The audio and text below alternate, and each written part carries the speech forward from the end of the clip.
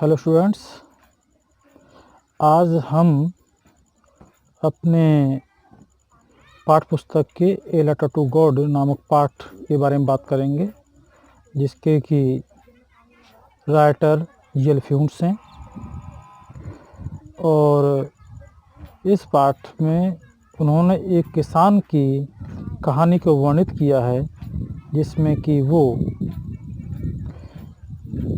किन परिस्थितियों में फंस जाता है, फिर उनसे वो कैसे उबरता है और उसकी भावनाएं किस तरह से उभरती हैं, इस बारे में बहुत ही अच्छे तरीके से वर्णन किया गया है। तो हम इस पाठ को शुरू करते हैं। ध्यान देने वाली बात इसमें यह है कि आपको इस पाठ में वर्ड्स और मीनिंग्स पे ध्यान देना है, और स्क्रीन पे जो आपको टेक्स्ट दिखाई देगा उसके साथ साथ में पढ़ते हुए चलना है। The only one in the entire valley sat on the crest of a low hill. From this height one could see the river and the field of ripe corn dotted with the flowers that always promised a good harvest. The only thing the earth needed was a downpour, or at least a shower. Throughout the morning, Lancho, who knew his fields intimately, had done nothing else but seen the sky toward the northeast. "Now we are really going to get some water, woman," the woman, who was preparing supper, replied. "Yes, God willing." The older boys were working in the field while the smaller ones were playing near the house until the woman called to them all, "Come for dinner."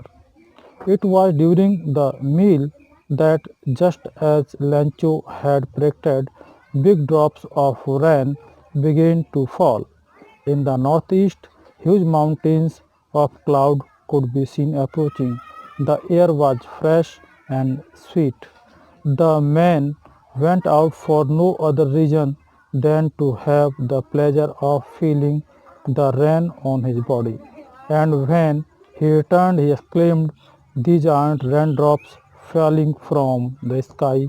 They are new coins. The big drops are 10-cent pieces and the little one are 5s." ये हमारा opening chapter का opening passage है। इसमें वर्णन किया है लेखक ने किसान के घर का, उसकी स्थितियों का। The house, the only one in the entire valley, set on the crest the entire the house, the only one in the entire valley, घर संपूर्ण घाटी में जो कि इकलौता था। एंटायर मीन्स होता है इकलौता। Set on the crest of A low hill, set माने स्थित था, ऑन द क्रेस्ट ऑफ ए लो हिल, एक निचली पहाड़ी के चोटी पर। मतलब घर जो कि एक निचली पहाड़ी या छोटी पहाड़ी के चोटी पर स्थित था, वही इकलौता घर था पूरे उस घाटी में। फ्रॉम दिस हाइट, इस ऊंचाई से, वन कुड सी, एक व्यक्ति देख सकता था, द रिवर, नदी को, and the field of ripe corn, पके हुए मकई के खेत को, डॉटेड विद द फ्लावर्स, जो कि जिसमें जगह जगह पर पुष्प लगे हुए थे, that always promise a good harvest, जो कि हमेशा अच्छी फसल का वादा करते हैं। The only thing the earth needed, सिर्फ एक चीज़ की आवश्यकता थी धरती को, वाज ए डाउनपोर और एटलीस्ट शॉवर, या तो बहुत जोरों की एक बारिश हो जाए या कम से कम एक बौछार पड़ जाए। थ्रू आउट द मॉर्निंग, संपूर्ण सुबह में, Lencho, who knew his fields immediately, Lencho जो कि अपने खेतों को इंटीमेटली जानता था, आंतरिक रूप से जाना करता था। लेंचो यहाँ पर उस किसान का नाम है। हैड डन नथिंग, उसने कुछ नहीं किया, एल्स, सिवाय इसके कि but seen the sky toward the north east, कि वह लगातार आकाश को नॉर्थ ईस्ट की ओर देखता रहा, उत्तर पूर्व की ओर देखता रहा। Now we are really going to get some water woman. उसने अपनी पत्नी से कहा कि अब हम कुछ पानी प्राप्त करने जा रहे हैं। द वुमन, जो महिला थी, हु वाज प्रिपेयरिंग सपर, जो कि भोजन तैयार कर रही थी, रिप्लाइड, उसने उत्तर दिया, यस गॉड विलिंग, हाँ ईश्वर की इच्छा हो रही है। द ओल्डर बॉयज, जो बड़े बच्चे थे, लड़के थे, were working in the field, वो खेत में काम कर रहे थे। वाइल द स्मॉलर वंस, जबकि छोटे बच्चे जो थे वह प्लेइंग नियर द हाउस, वे घर के पास खेल रहे थे। Until the woman call to them all, जब तक कि उस महिला ने उन सबको नहीं बुलाया। कम फॉर डिनर, भोजन के लिए आ जाओ। It was during the meal, यह भोजन का ही समय था, यह भोजन के समय ही, दैट, जबकि just as Lencho had predicted, जैसा कि लेंचो ने प्रेडिक्ट किया था, भविष्यवाणी की थी, big drops of rain begin to fall, बड़ी बड़ी बूंदें बरसात की गिरना शुरू हो गईं।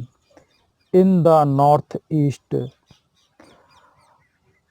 उत्तर पूर्व में, ह्यूज माउंटेन्स ऑफ क्लाउड्स, बादलों के बड़े बड़े पहाड़, बी सीन अप्रोचिंग, देखे जा सकते थे पहुँचते हुए।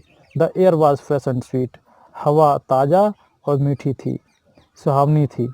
The man went out for no other reason, वह व्यक्ति किसी अन्य कारण से बाहर नहीं गया, then to have pleasure of feeling the rain on his body, सिवाय इसके कि बारिश के आनंद को अपने शरीर पर महसूस कर सके। एंड और व्हेन ही रिटर्न, जब वह लौटा, ही एक्सक्लेम्ड, उसने वर्णित किया, these are not rain drops falling from the sky, ये बारिश की बूंदें नहीं जो कि आकाश से गिर रही हैं, दे आर न्यू कॉइन्स, वे नए सिक्के हैं। द बिग ड्रॉप्स, जो बड़ी बूंदें हैं, आर 10 सेंट पीसेज, वो 10 सेंट के सिक्के हैं। And the little ones are 5, और छोटी छोटी बूंदें वो 5 सेंट के सिक्के हैं। With a satisfied expression, he regarded the field of ripe corn with its flower draped in a curtain of rain, but suddenly a strong wind began to blow, and along with the rain, very large hailstones began to fall. These truly did resemble new silver coins, the boys, exposing themselves to the rain, ran out to collect the frozen pearls. It is really getting bad now, exclaimed the man. I hope passes quickly. It did not pass quickly. For an hour the hail rained on the house, the garden, the hillside, the cornfield, on the whole valley. The field was white as if covered with salt. Not a leaf remained on the trees. The corn was totally destroyed. The flowers were gone from the plants. Lencho's soul was filled with sadness. When the storm had passed, he stood in the middle of the field and said to his sons, a plague of locusts would have left more than this. The hail left nothing. This year we will have no corn. That night was a sorrowful one. With a satisfied expression, संतुष्टि के एक भाव के साथ, satisfied expression, संतुष्टि का भाव। He regarded the field of ripe corn, उसने उल्लेखित किया या कहा, the field of ripe corn, पके हुए मकई की खेत का वर्णन किया। विद इट्स फ्लावर, इसके पुष्पों के साथ में, ड्रैप्ड इन ए कर्टेन, जो कि ढका हुआ था बारिश के पर्दे में। ड्रैप्ड माने छिपा हुआ है, ढका हुआ। बट लेकिन सडनली, अचानक, ए स्ट्रॉन्ग विंड, एक जोर की हवा, बिगेन टू ब्लो, चलना शुरू हो गई। एंड और अलोंग विद द रेन, बारिश के साथ वेरी लार्ज हेल स्टोन्स, बहुत बड़े बड़े ओले बिगेन टू फॉल, गिरना शुरू हो गए। This truly did resemble new silver coins, ये वास्तव में तुलना रखते थे नए चांदी के सिक्कों से। द बॉयज़, लड़के, एक्सपोजिंग देमसेल्व्स टू रेन, वे नंगे ही चले गए रन में, बारिश में। Ran out to collect the frozen pearls, वो दौड़ गए जमे हुए मोतियों को इकट्ठा करने के लिए। यहाँ फ्रोजन पल्स का प्रयोग उन ओलों के लिए किया गया है। It is really getting bad now, यह अब वास्तव में बुरा होने लगा हो रहा है। एक्सक्लेम्ड द मैन, उस व्यक्ति ने कहा। आई होप पासेस क्विकली, मैं आशा करता हूँ कि जल्दी ही बीत जाएगा। It did not pass quickly, यह जल्दी नहीं बीता। फॉर एन आवर, 1 घंटे के लिए। द हेल रेन्ड, ओले बरसे। ऑन द हाउस, घर के ऊपर। द गार्डन, बागीचे में। द हिल साइड, उस पूरे पर्वतीय क्षेत्र में। द कॉर्नफील्ड, उस मकई खेत पर। ऑन द होल वैली, और संपूर्ण घाटी में ये ओले बरसे। द फील्ड वॉज वाइट, जो खेत था वह सफ़ेद हो गया था। As if covered with salt, जैसे कि यह नमक से ढक गया हो। Not a leaf remained on the tree, एक पत्ती भी नहीं बची पेड़ों के ऊपर। The corn was totally destroyed, और जो मकई की फसल थी वो पूरी तरह नष्ट हो चुकी थी। डिस्ट्रॉयड माने नष्ट हो जाना। The flower were gone from the plants, पौधों से फ्लावर्स यानी पुष्प चले गए थे, समाप्त हो गए थे। Lencho soul was filled with sadness, Lencho की आत्मा दुख से भर गई। When the storm had passed, जब तूफान थमा, गुजर गया। He stood in the middle of the field, वह खेत के मध्य में खड़ा हुआ। And said to his sons, और अपने पुत्रों से कहा। A plague of locust would have left more than this, एक टिड्डी दल भी इससे ज़्यादा छोड़ जाता। The hell has left nothing, इस तूफान ने, इस ओलों के तूफान ने कुछ भी नहीं छोड़ा। This year we will have no corn, इस साल हमारे पास मकई नहीं होगी। That night was a sorrowful one, वह रात्रि एक दुखपूर्ण रात्रि थी। Our work for nothing, there is no one who can help us. We will all go hungry this year, but in the hearts of all who lived in that solitary house, the middle of the valley, there was a single hope, help from God. Don't be so upset even though this seems like a total loss. Remember, no one dies of hunger. That's what they say. No one dies of hunger. All through the night, Lencho thought only of his one hope, the help of God, whose eyes, as he had been instructed, sees everything, even what is deep in one's conscience. All our work for nothing, हमारा संपूर्ण कार्य किसी काम का नहीं था। There is no one who can help us, कोई भी ऐसा नहीं है जो कि हमारी मदद कर सके। We will all go hungry this year, हम सभी भूखे रह जाएंगे इस साल। But in the hearts of all, लेकिन वो सबके हृदयों में, who lived in that solitary house, अर्थात उस एकांत घर में रहने वाले उन सभी लोगों के हृदय में जो कि उस घाटी के मध्य में था। In the middle of the valley, जो कि उस घाटी के मध्य में था। There was a single hope, वहाँ एक इकलौती आशा की किरण थी। हेल्प फ्रॉम गॉड, ईश्वर से मदद की। डोंट बी सो अपसेट, इतने परेशान मत हो। Even though this seems like a total loss, यद्यपि यह संपूर्ण विनाश जैसा दिखता है। रिमेंबर, याद रखो, no one dies of hunger, कि कोई भी भूख से नहीं मरता। दैट्स व्हाट दे से, यही वह बात है जो लोग कहते हैं। No one dies of hunger, कि कोई भी भूख से नहीं मरता है। ऑल थ्रू द नाइट, संपूर्ण रात्रि, Lencho thought only of his one hope. Lencho ने उस संपूर्ण रात्रि अपनी एक आशा के बारे में ही सोचा, द हेल्प ऑफ गॉड, ईश्वर की मदद। हुज आई, जिसकी की आंखें, as he had been instructed, जैसा कि उसे बताया गया था, सी एवरीथिंग, सब कुछ देखती हैं, even what is deep in one's conscience, वह सभी देखती हैं जो किसी व्यक्ति के अंतःकरण में चल रहा होता है।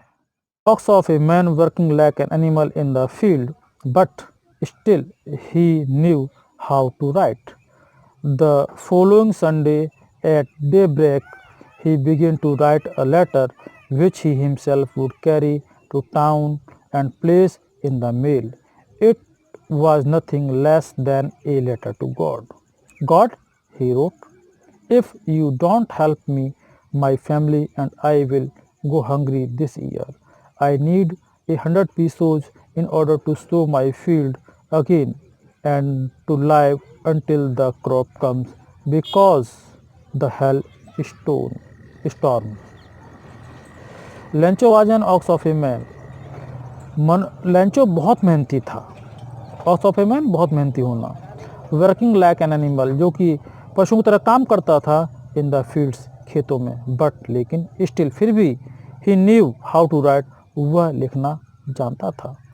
द फॉलोइंग संडे, अगली सुबह, अगले रविवार को, एट डे ब्रेक, प्रातःकाल, he begin to write a letter, उसने एक पत्र लिखना शुरू किया, विच, जिसे कि ही हिमसेल्फ वुड कैरी, वह खुद ले जाएगा, टू टाउन, शहर को, and place in the mail, और इसे डाक में डालेगा।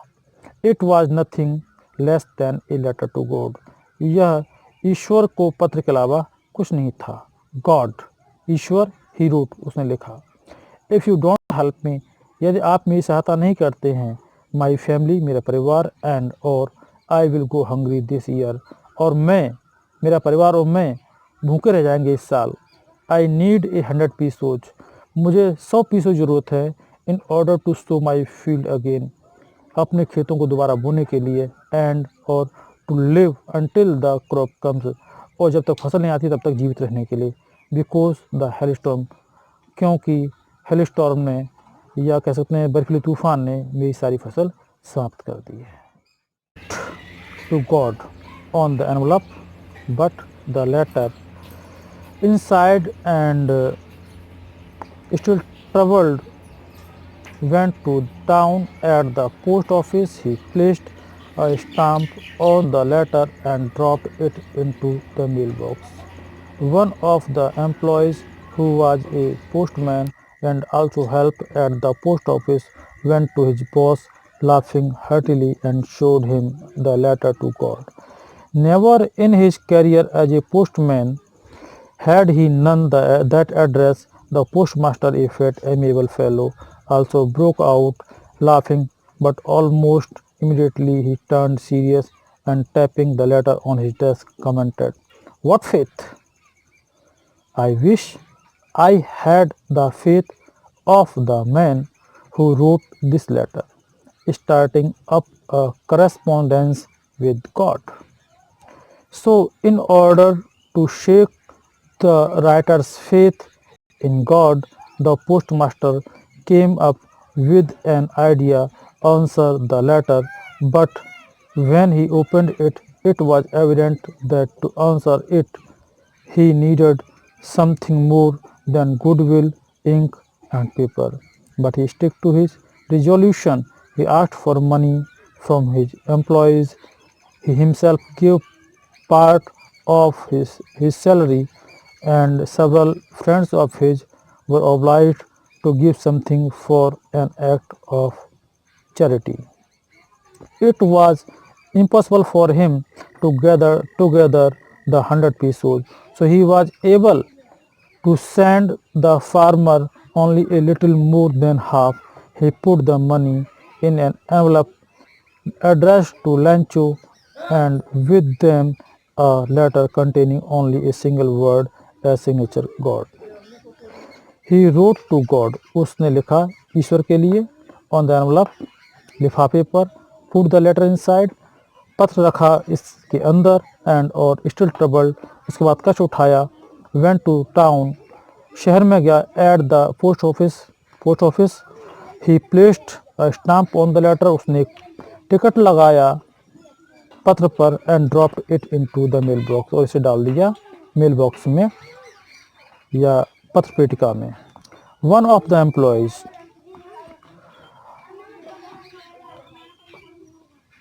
कर्मचारियों में से एक, हु वाज ए पोस्टमैन, जो कि एक पोस्टमैन था, and also help at the post office, और जो कि पोस्ट ऑफिस पर सहायता किया करता था, वेंट टू हिज बॉस, अपने बॉस के पास गया, लाफिंग हार्टिली, जोर जोर से हंसता हुआ, एंड और showed him the letter to God, और उसे दिखाया वह पत्र जो ईश्वर के लिए था। नेवर इन हिज करियर, अपने संपूर्ण करियर में एज ए पोस्टमैन, एक पोस्टमैन के रूप में, had he known that address, उसने इस पते को नहीं जाना था। द पोस्ट मास्टर, जो पोस्ट मास्टर था, ए फैट एमेबल फेलो, जो कि एक मोटा प्रसन्नचित्त रहने वाला व्यक्ति था, आल्सो ब्रोक आउट लाफिंग, वह भी जोर जोर से हंसने लगा। बट लेकिन ऑलमोस्ट अचानक, इमीडिएटली तुरंत, ही टर्न सीरियस, वह गंभीर हो गया, and tapping the later on his desk, उस पत्र को अपने डेस्क पर थपथपाते हुए,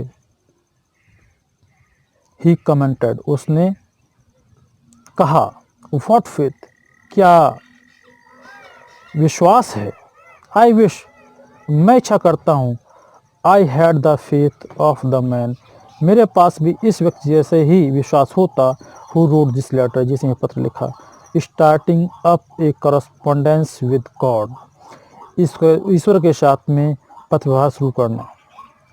सो in order to shake the writer's faith in God, इसलिए लेखक के ईश्वर पर विश्वास को बचाने के लिए, the post master came up with an idea, वो पोस्ट मास्टर एक विचार लेकर आया, उसने एक विचार प्रकट किया, आंसर द लेटर, पत्र का उत्तर देने का। बट लेकिन व्हेन ही ओपनड इट, जब उसने इसे खोला, इट वाज एविडेंट, यह स्पष्ट हुआ, दैट टू आंसर इट, कि इसका उत्तर देने के लिए, ही नीडेड, उस आवश्यकता थी, something more than goodwill, ink and paper, उसे सदिच्छा, स्याही, कागज के अलावा भी कुछ और भी चाहिए था इस पत्र का उत्तर देने के लिए। बट लेकिन ही स्टक टू हिज रिजोल्यूशन, वह अपने सुझाव पे या अपने प्रण पे डटा रहा।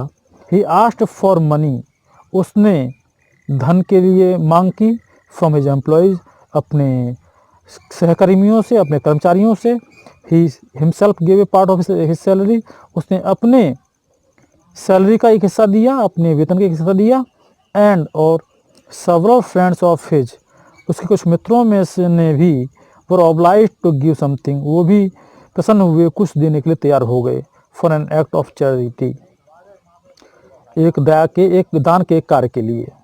It was impossible for him, उसके लिए असंभव था, to gather together the 100 pesos, एक साथ 100 पीसोज इकट्ठे करना। सो इसलिए he was able to send the farmer, इसलिए वह समर्थ हुआ उस किसान को भेजने में, only a little more than half, आधे अमाउंट से भी कुछ ज़्यादा भेजने में। He put the money in an envelope, उसने वो धन एक लिफाफे में रखा, एड्रेस टू लेंचो, उस पर लेंचो को पता डाला, एंड और विद देम, उनके साथ ए लेटर, एक पत्र रखा, containing only a single word, जिसमें कि सिर्फ एक शब्द लिखा हुआ था, एज सिग्नेचर, दस्तखत के रूप में, हस्ताक्षर के रूप में, God, Ishwar. During Sunday, Lancho came a bit earlier than usual to ask if there was a letter for him.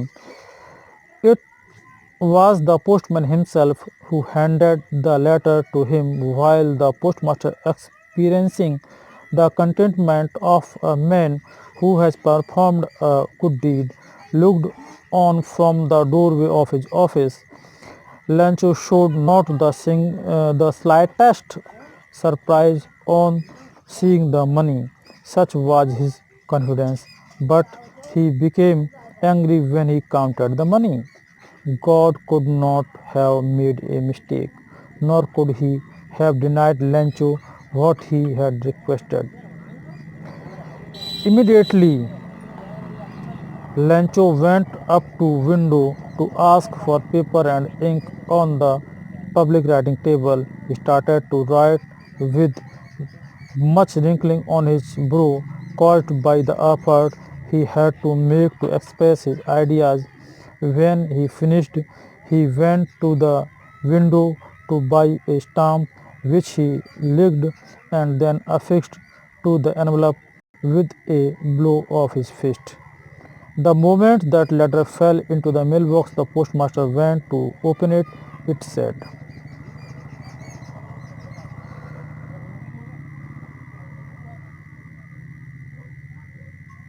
"The following Sunday, अगली सुबह या अगले रविवार को लेंचो केम ए बिट अर्लियर, लेंचो को जल्दी आ गया देन यूजुअल, सामान्य रूप से जो बात है उससे पहले आ गया, टू आस्क, यह पूछने के लिए, if there was letter for him, कि क्या उसके लिए कोई पत्र है। It was the postman himself, यह पोस्टमैन खुद था, who handed the letter to him, जिसने कि उसे वो पत्र दिया। वाइल द पोस्टमास्टर, जबकि जो पोस्टमास्टर था, experiencing the contentment of a man, ऐसे व्यक्ति का संतुष्टि का अनुभव करते हुए, for who has performed a good deed, जिसने कि एक अच्छा कार्य किया है, लुक्ड, देख रहा था उन्हें, from the doorway of his office, अपने ऑफिस के दरवाजे के रास्ते। Lencho showed not the slightest surprise, Lencho ने जरा सा भी आश्चर्य नहीं दिखाया ऑन सीइंग द मनी, धन को देखकर। सच वाज हिज कॉन्फिडेंस, ऐसा उसका विश्वास था। बट लेकिन ही बिकेम एंग्री, वह नाराज हो गया, when he counted the money, जब उसने धन को गिना। God could not have made a mistake, ईश्वर गलती नहीं कर सकता। Nor could he have denied, नहीं वह इनकार कर सकता लेंचो को, व्हाट ही हैड रिक्वेस्टेड, जो कि उसने मांगा है। इमीडिएटली, तुरंत, Lencho went up to the window, Lencho खिड़की पर गया, टू आस्क फॉर पेपर, कागज़ लेने के लिए, एंड इंक, और स्याही लेने के लिए। On the public writing table, और पब्लिक राइटिंग टेबल पर, सार्वजनिक लिखने की मेज पर, ही स्टार्टेड टू राइट, उसने लिखना शुरू किया, विद मच रिंकलिंग, बहुत ज़्यादा, फिज ब्रो, अपनी भ्रुकुटियों बहुत ज़्यादा सिकुड़न के साथ में, कॉज्ड, जो कि पैदा हो रही थी, बाय द एफर्ट, उस प्रयास के कारण, he had to make to express his ideas, उसे वो प्रयास करने के कारण, जो कि उसे अपने विचार प्रकट करने के लिए करना पड़ रहा था।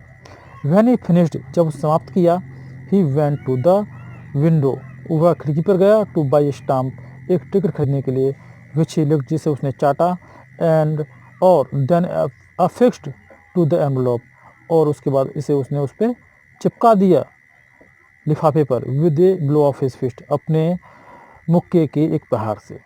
द मोमेंट, उस क्षण, that the letter fell into the mail box, जब वह पत्र उस पत्र पेटिका में गिरा, the postmaster went to open it, postmaster से खोलने के लिए गया। इट सेड, इसमें लिखा हुआ था, of the money that I asked for only 70 pesos reached me, send me the rest, since I need it very much, but don't send it to me through the mail, because the post office employees are a bunch of crooks. Lencho. God, भगवान, of the money, उस धन का, that I asked, जो कि मैंने मांगा था, only 70 pesos reached me, सिर्फ 70 पीसोज मुझ तक पहुँचे, सेंड मी द रेस्ट, बचा हुआ धन मुझे भेजिए, सिंस, क्योंकि, I need it very much, मुझे इसकी बहुत ज़्यादा आवश्यकता है, बट लेकिन, don't send it to me, इससे मेरे पास मत भेजिए, थ्रू द मेल, डाक के जरिए, बिकॉज, क्योंकि, the post office employees are a bunch of crooks. Lencho, क्योंकि ये पोस्ट ऑफिस के एम्प्लॉयज़ हैं, वो बेईमानों के झुंड हैं। लेंचो। इन शब्दों के साथ ये कहानी समाप्त होती है। यहाँ पर देखने वाली बात यह है कि पोस्ट मास्टर, वहाँ के एम्प्लॉयज़ ने मदद करनी चाहिए उस किसान की, लेकिन किसान के हृदय में उनके प्रति घृणा का भाव ही पैदा हो गया। ये उसका भोलापन ही था कि जो कि नहीं समझ सका कि उन लोगों ने उसकी मदद की।